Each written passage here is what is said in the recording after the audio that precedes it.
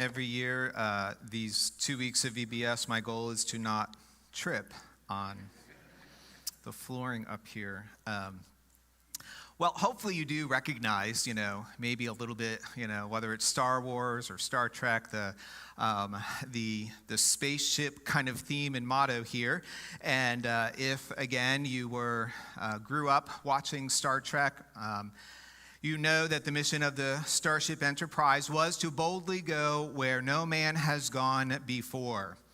And if you watch the shows each week, Captain Kirk and Dr. Spock and others would go on these epic journeys throughout space. And it seemed like in every episode, good eventually would overcome evil. The underdog would often come out on top. That can also be said for the story we're going to look at today. An Old Testament story, an epic story that's very well known, where good overcomes evil and where someone that is seen oftentimes as an underdog comes out on top. It's the story, the classic, the epic story of David and Goliath. Again, it is a really familiar story. And sometimes the familiarity of these stories means that we kind of lose track of what the message is for us. What can we learn from this story in the early part of David's life? To understand it, we really need to, again, understand the context, where this story begins. It is very early in David's life. When we first meet David, the king of Israel was King Saul. He was the one who was originally chosen. Saul had been chosen king in part because he was really tall. And the people thought he'd be a good leader. And so they chose Saul, and he was a good leader for a while, but eventually Saul stopped listening to God, started listening maybe to himself, that pride. He started listening to himself and to the people around him, and eventually he stopped doing what God wanted. He stopped seeking what God wanted, and he just disobeyed God's laws. And so eventually God just lost favor. Like, if you're not going to follow me, then I'm going to remove you as king. So Saul lost favor with God, and Samuel, the prophet who anointed him, Samuel is told by God to go and anoint another king. And so this is where we pick up the story of David. It's in 1 Samuel chapter 16. The Lord said to Samuel, "How long will you mourn for Saul, since I have rejected him as king over Israel? Fill your horn with oil and be on your way. I am sending you to Jesse of Bethlehem. I have chosen one of his sons to be king." So Samuel has heard God's word. He makes his way to Bethlehem. He goes to Jesse, and he kind of shares his message. One of your boys is going to be anointed king. And so they bring the first son, the firstborn. If you're going to be king, you're probably the firstborn in your family. So they bring Eliab in to come and stand before Samuel to see if this is the one that God is going to anoint. Eliab was like the perfect specimen of a king. He was tall. He was good looking. He had everything. He was the firstborn. Everyone assumed this is the king, and he comes before Samuel, but God says to Samuel, this isn't the one. So Eliab goes on his way, and they bring in the second son, and everyone's thinking, well, it must be the second one then. And God said, it's not this one. And so Jesse's like, well, okay. He brings in his third, his fourth, his fifth, his sixth, his seventh son to stand before Samuel. Each one of them, God says, it's not this one. It's not this one. It's not this one. Well, they've come kind of to the end of the line. And it's interesting that Jesse never even considered his eighth son. He was the youngest. He was just a boy. He wasn't really good for anything. He wasn't a leader. He was just good for taking care of the sheep out in the fields. Jesse doesn't even bring his son in. There's just no way it's going to be him. But Samuel was told by God that one of your sons is going to be anointed king. And so he says to Jesse, is there someone else? He has to ask Jesse if there's another son. Again, we pick it up in 1 Samuel 16. So he asked Jesse, are these all the sons you have? There is still the youngest, Jesse answered. He is tending the sheep. Samuel said, well, send for him. We will not sit down until he arrives. So he sent for him and had him brought in. He was glowing with health and had a fine appearance and handsome features. Then the Lord said, rise and anoint him. This is the one. So Samuel took the horn of oil and anointed him in the presence of his brothers. And from that day on, the Spirit of the Lord came powerfully upon David. It was the one that no one thought would be king. The one who didn't have anything going for him. The one whose father didn't even think he was good enough to be brought in to be considered a king. But during this whole process, you see, the Lord had said to Samuel, look, don't just look at what's on the outside. Don't just look at the appearance. That's what the world does. The world just considers the outside, but Samuel, I look at the inside. God looks at the heart. And so all the sons of Jesse, each one on the outside looked good. Well, if it's not this one, then this one is the next good, and then the next good. And David was actually like kind of at the bottom, but God looked at his heart. And so this is the one. No one saw in David what God saw in David. And that's really the first lesson of this story. God sees potential and possibility when the world doesn't. The world looked at David and there was no possibility, there was no potential. This wasn't the one who was going to be king. But when God looked at David, he saw something different. David came to be known as a man after God's own heart. Don't know exactly what that means. Maybe it means that David loved God so much that he would pursue him no matter the cost.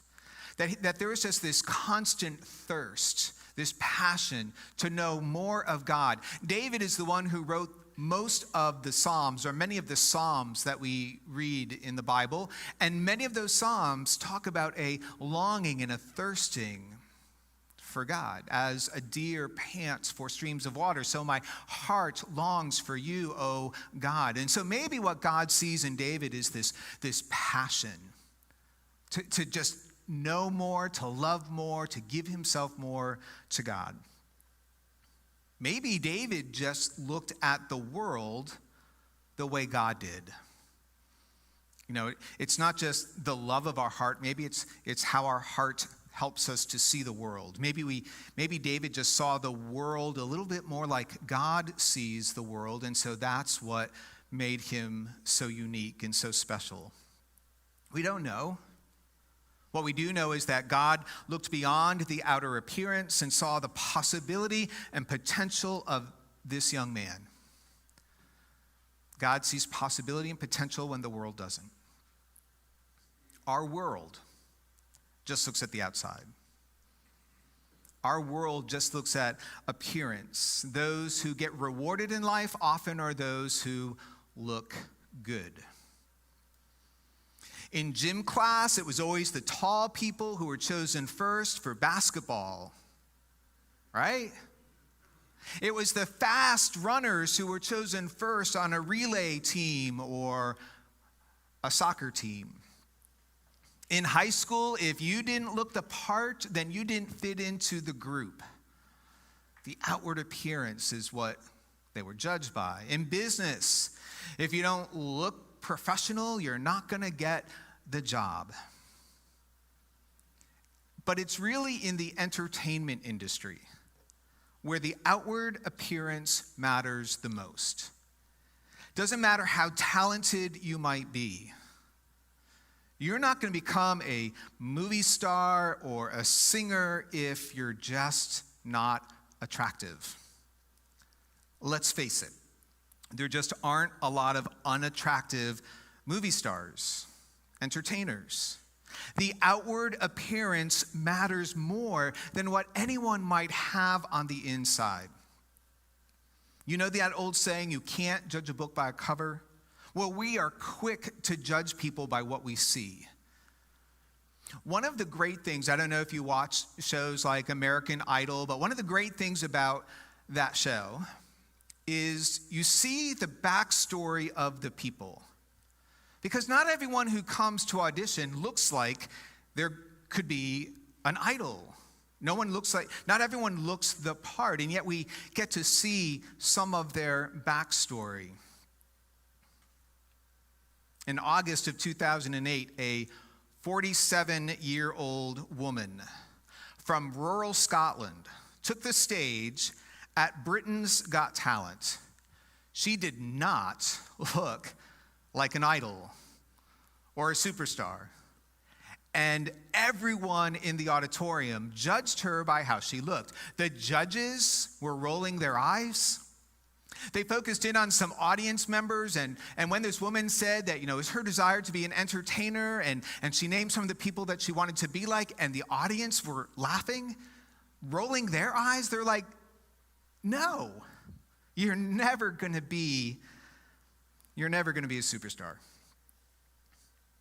They were judging the outside. But what was on the inside stunned them. It brought down the house and provided an amazing lesson for the world. Because you see, Susan Boyle sang I Dreamed a Dream from the musical Les Mis, and she brought the house down. It was phenomenal. It was a video that has been viewed online literally tens of millions of times. I've probably watched it a good 20 or 30 times, and I tell you, I can't not cry when I see it. There's just something that moves me, and it's not just the voice, but it's the whole story. No one thought she had anything of value, and yet when she stands on stage and begins to sing, it is so beautiful and so powerful. It literally moves me and others to tears. I really wish that I could kind of show you a clip of that, but due to copyright laws and all of that, I hope you have seen that video. If you have not, and you have access to the internet, type in, Susan Boyle audition and watch it. It is stunning. It is the classic story of judging a book by its cover and then realizing that what is hidden inside is amazing. God doesn't look at the outward appearance. He looks inside. He looks at the heart. Jesus didn't look at the outward appearance. He looked at the heart. And Jesus saw potential and possibility in people that the world did not. Think about the stories of Jesus. He chose ordinary fishermen that no one would even kind of give the time of day to. He chose ordinary fishermen to be the inner circle of his disciples. He was walking down the road and he saw a despised, a hated tax collector. And he looked at him and said, hey, you follow me. Like I want you on my team. He saw prostitutes. And where the world just saw disgrace and shame, what Jesus saw were women of value and worth and children of God. The disciples tried to keep children. Children were not valued the way they are in our culture. They were seen slightly ahead of, the neighborhood dog, slightly above your pets. Jesus welcomed them into his arms. People wanted to shoo them away, and he's like, no, it is to these that the kingdom of God belongs. Jesus also has this powerful ability to see possibility and potential where the world does not. He sees value and worth and dignity. We have to have that same kind of vision. We have to have a heart that beats like the heart of God, the heart of Jesus, that looks at people and sees potential and possibility. We need to look at people and say, this is a child of God. This person has potential. Even when we're looking at someone saying, we're not even sure about this, there needs to be something that moves inside of us that says, the world looks at the outer appearance, but God looks at the heart. Can we dig a little deeper? Can we go a little deeper and see the potential and the possibility in others that God sees? We also have to have that kind of vision when we look in the mirror, when we look at ourselves. Too often we define ourselves by what we see in the mirror. And if we don't like what we see, that's how we're going to define ourselves. Or maybe we define ourselves by what the world says of us. And so all of those words we've heard from other people through our life come back and they've shaped us. You're not good enough. You're never going to amount to anything. I'm not sure why you're going to college. You should really just go out and get a job. All the words, all those negative words that we have heard over the years begin to shape us. And what we need to tell ourselves is that when God looks at us, God sees possibility and potential. God sees dignity and value and worth. God sees purpose. God sees someone who can do whatever it is that God has called them to do. We really need to ask God for the ability to see people and to see ourselves the way God does. We can't look at outer appearance. We have to look deeper into the heart of others. We have to look deeper into our own lives. Having been chosen by God, it didn't take David long to live into the potential that God had for him. So David is anointed as king. Saul is actually still king. So, there's this period when Saul's going to kind of decline and move away, and David is going to rise up. It was only 3 or 4 years, perhaps, after David was anointed that his father told him to take some food to all of his brothers who were serving in the army, and they were on the front lines. David is still watching sheep. His family, even though they've seen him anointed king, they said, well, still go back and work with the sheep. I'm not sure the family really got that David's king. So he's back working with the sheep. His brothers are all fighting in the army, and his father says, David, take some food to them. So David takes some food.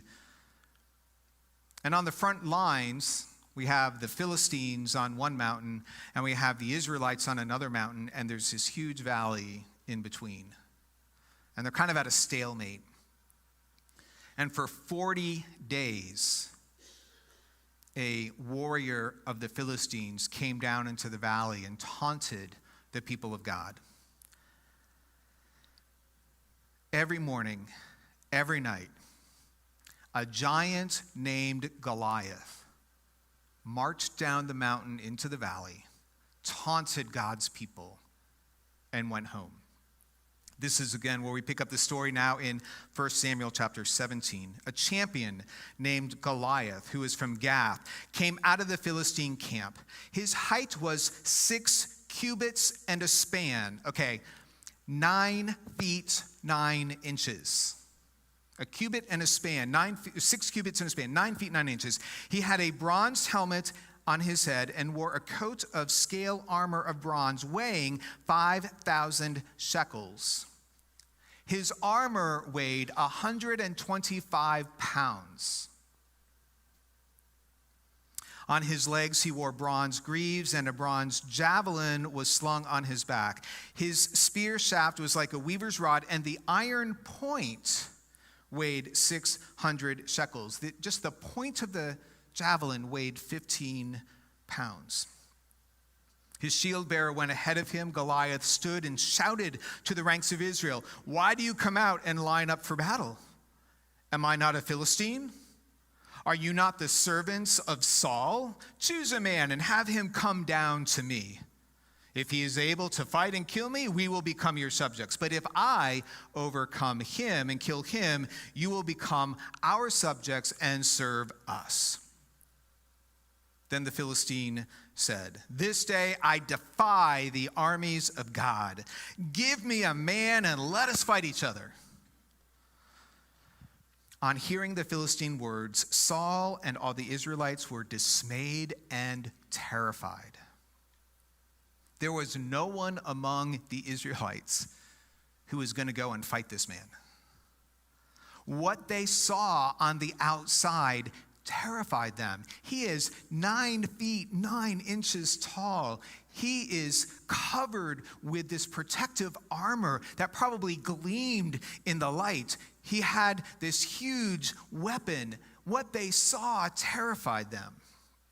To the Israelites, they must have felt like they were just tiny little insects. Have you ever seen pictures of, basketball players against the cheerleaders, like in the NBA or in college? I mean, they look tiny. Here are these warriors, and they must have felt like, I am tiny. We're like little insects. We can't go and take on this man. When David arrives in the camp, he kind of stands back and he's watching all of this happen. And he's wondering, why is there no one from the people of God who are willing to stand up to this man? 1 Samuel 17, David asked the men standing there, "What will be done for the man who kills this Philistine and remove this disgrace from Israel? Who is this uncircumcised Philistine that he should defy the armies of the living God?" You already see some passion. A man after God's own heart.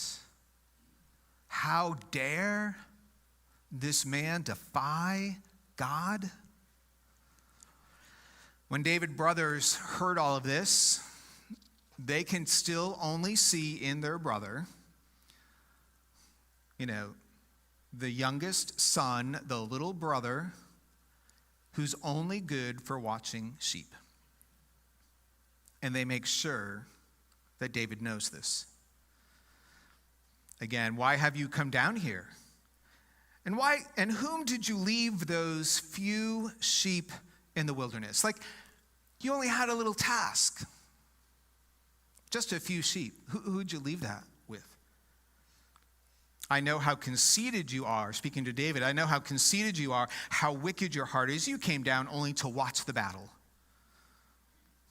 "Now what have I done?" said David. "Can't I even speak?" Do you get the sense that David has been put down by his brothers for the last 4 or 5 years? This is how they see him, as a conceited man. Maybe he's talked like this a lot because he has a heart after God. Well, finally, King Saul hears what David has said. Finally, here's someone who will maybe be willing to fight the giant. So King Saul asked to see David. Saul replied, Are you not able to go out against this Philistine and fight him? I'm sorry, you are not able to go out against this Philistine and fight him. You are only a young man, and he has been a warrior from his youth. Notice what Saul's doing. Saul's doing what everyone else is doing. They're looking at the outer appearance. They look at Goliath, and they see a giant. And they see someone, that they could never bring down. And they look at David, still a little boy, no experience. There's no way he can do this. Everyone is still judging by appearance. But that's not how David saw things. You see, David was a man after God's own heart. Maybe that means David saw things the way God saw things. So when David looked at himself, he saw someone who had possibility and potential. When David looked at himself, he saw someone who had taken on bears and lions and wild beasts to protect them from the sheep, and so he knew he could maybe take on a giant. He knew that if God was with him, who could stand against him? And when David looked at Goliath, he didn't see a giant that could never be taken down. Maybe David, when he looked at Goliath, saw a huge man wearing 125 pounds of armor who had spent 40 days marching up and down a hill twice a day. Think about that. A big guy marching in the hot sun, carrying 125 pounds, wearing, not just carrying it, but wearing it. You may not want to think about it, but think about how much he must have sweat. Think about how tired he must have been. That's what David saw. Here's a man that for 40 days has been marching up and down this mountain. Maybe he's tired. David saw a tall, big man with 125 pounds of armor and said, maybe he can't move very quickly. Big guys, this is what they always say in the NBA, right? Like, big guys just don't move that fast. Shaquille O'Neal, if you watch basketball back in the day, Shaquille O'Neal running down the court, he got there, 2 days after everyone else did. They don't run real fast. And he's weighed down with armor. And look at what he's carrying. He has a javelin. Now, that might be great if you're far away. A javelin's not going to be real helpful if you're close in. A javelin and a spear are different. And so what David sees in his enemy is the potential to take him down. What David sees in his enemy are these open doors, these opportunities. No one else saw them, but David was a man after God's own heart. David was able to look beyond the outer appearance. David was able to say, if God is going to lead me against him, where are the possibilities? Where are the openings? And so David saw those opportunities to take down Goliath. And then this is the epic story. The Philistine with his shield bearer in front of him kept coming closer to David. He looked at David over and saw he was a little more than a boy, glowing with health and handsome, and he despised him. He said to David, am I a dog that you come out here with sticks? And the Philistine cursed David by his gods. Come here, he said, and I'll give your flesh to the birds and the wild animals. David said to the Philistine, you come against me with sword and spear and javelin, but I come against you in the name of the Lord Almighty, the God of the armies of Israel, whom you have defied. This day the Lord will deliver you into my hands, and I'll strike you down and cut off your head. This very day I will give the carcasses of the Philistine army to the birds and the wild animals, and the whole world will know that there is a God in Israel. All those gathered here will know that it is not by sword or by spear that the Lord saves, for the battle is the Lord's, and he will give all of you into our hands. As the Philistine moved closer to attack him, listen to this, David ran into him. David ran quickly toward the battle lines to meet him. And reaching into his bag and taking out a stone, he slung it and struck the Philistine on the forehead. The stone sank into his forehead and he fell face down on the ground. By running toward Goliath, the big man wasn't able to rebound.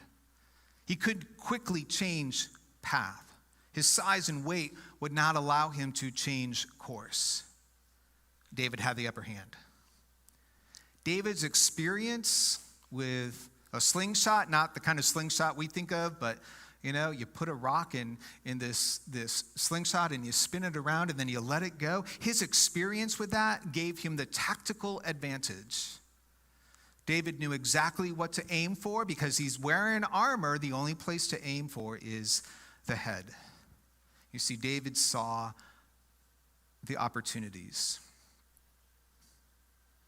If we can see things the way God does, we can maybe begin to make a difference. Samuel, Jesse, David's brothers, they all looked at the outer appearance. There's no way he can really be king. I mean, Samuel had to be told by God it's going to be the youngest. God looked inside.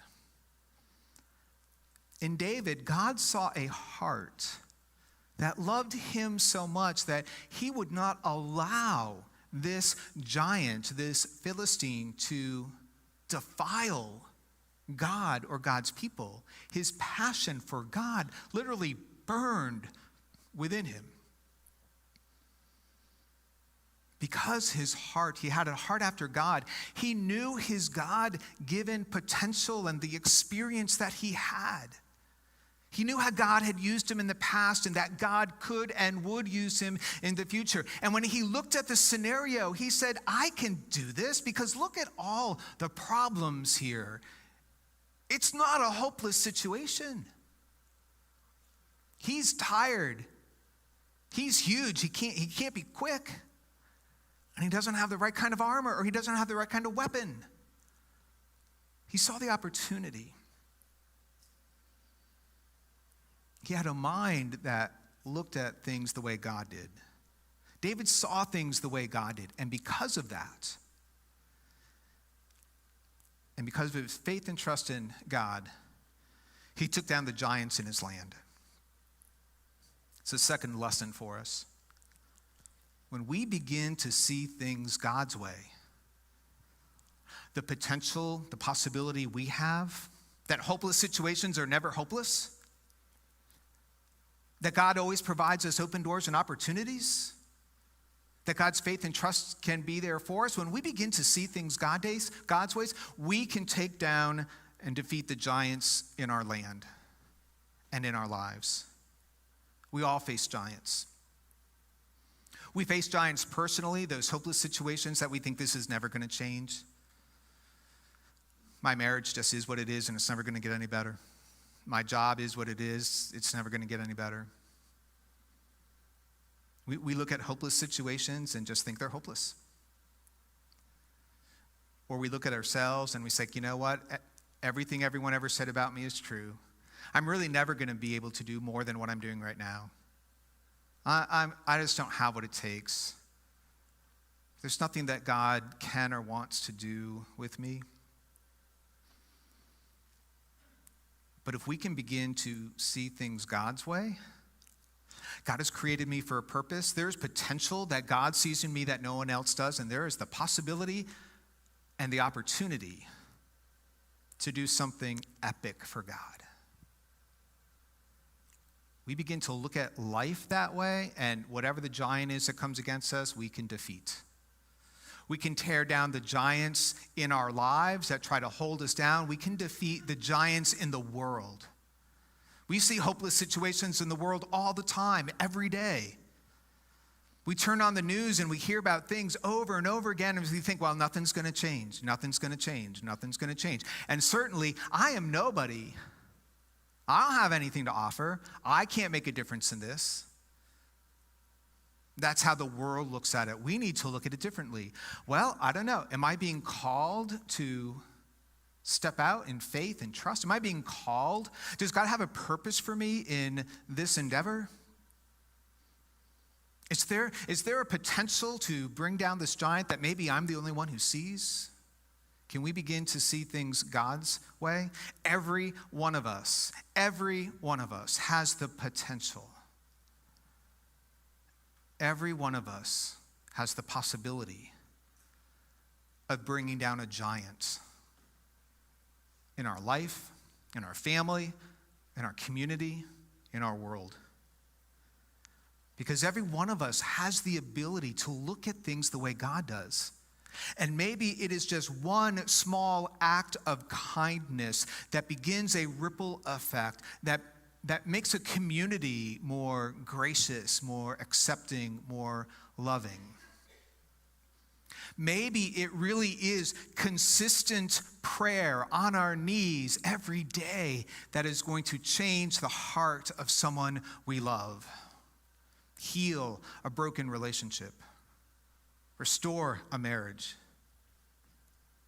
Every one of us has the potential, if we'll begin to reflect on maybe a few questions. These are the questions I would want you to think about.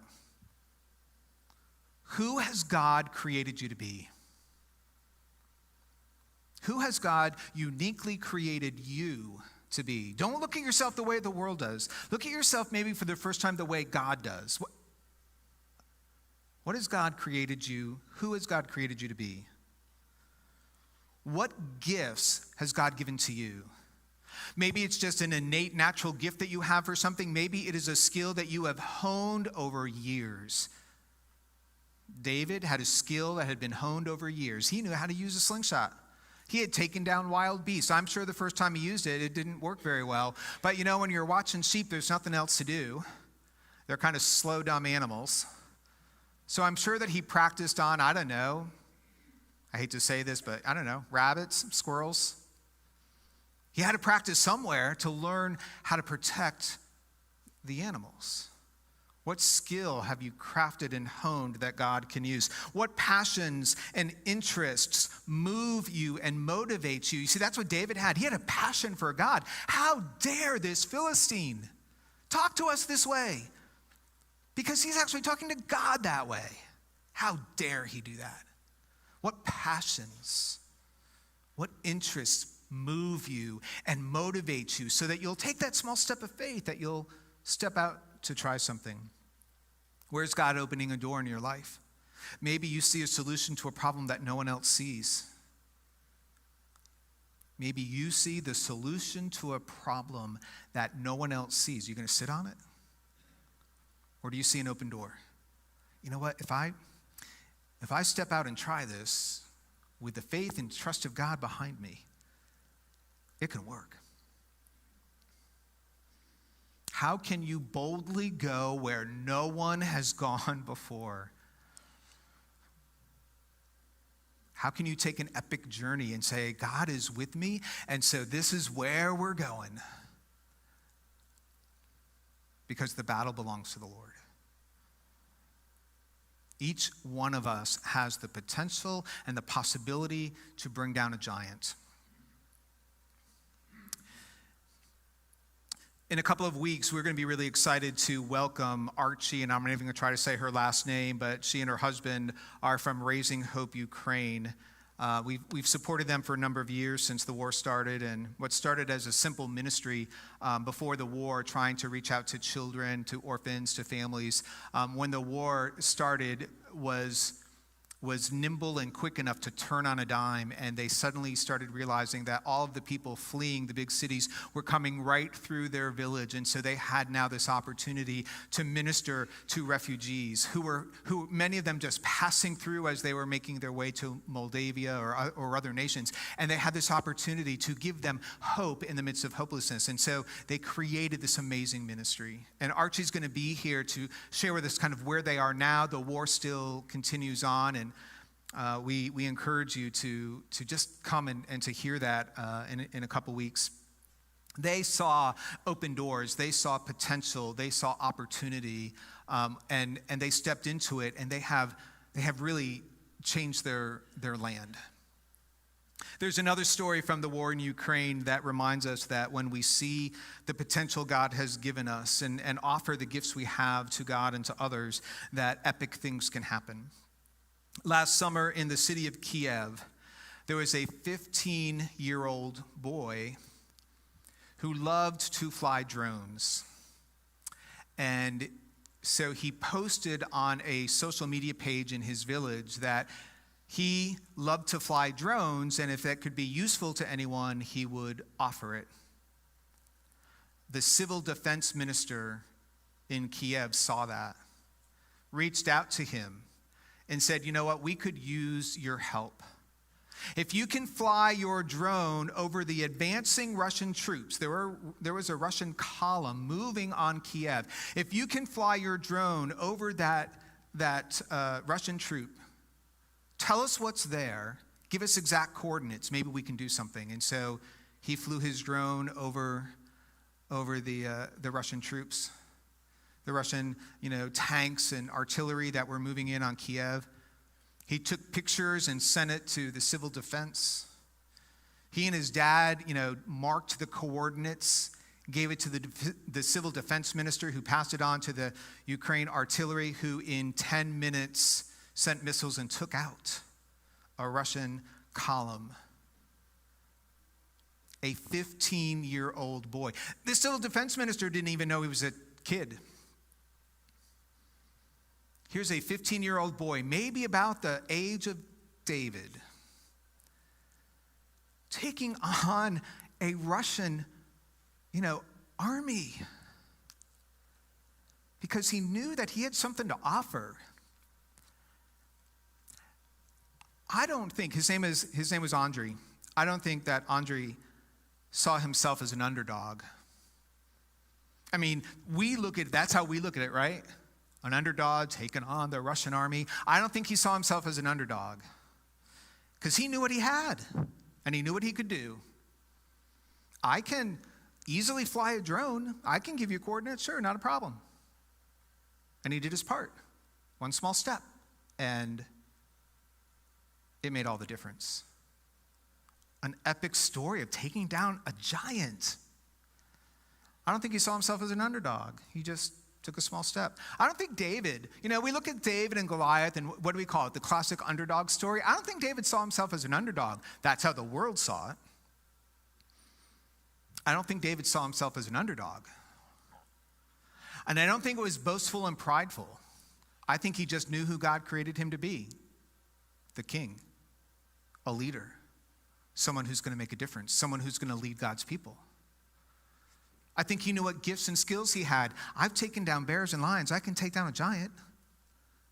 I'm skilled in this, and I'm fast, and he's not. He knew what gifts and skills he had, and he saw the open door and the potential to bring down the giant. I think we have to stop looking at ourselves as underdogs. We have to stop looking at situations as, well, it's hopeless, and I'm no one, and I can't do anything about it. When God looks at us, he sees potential. When we look at a hopeless situation, God sees possibility. Can we, trusting in the power and the Spirit of God, step into these situations and say, you know what, I'm going to go forward because the battle belongs to the Lord. Therefore, I'm not the underdog. They are. And I can bring down the giant, and we can bring down the giants in our own land. Would you pray with me? God, we ask you today for the ability to see ourselves and to see the world the way that you do. Make us people who have a heart after you, whose faithful heart can see who you've created us to be and the gifts that we have to offer, and who can see difficult, maybe hopeless situations, and yet see the potential and the possibility to make a difference.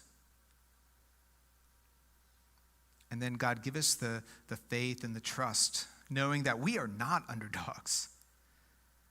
If you are with us, we are not underdogs. We can be victorious because the battle is yours.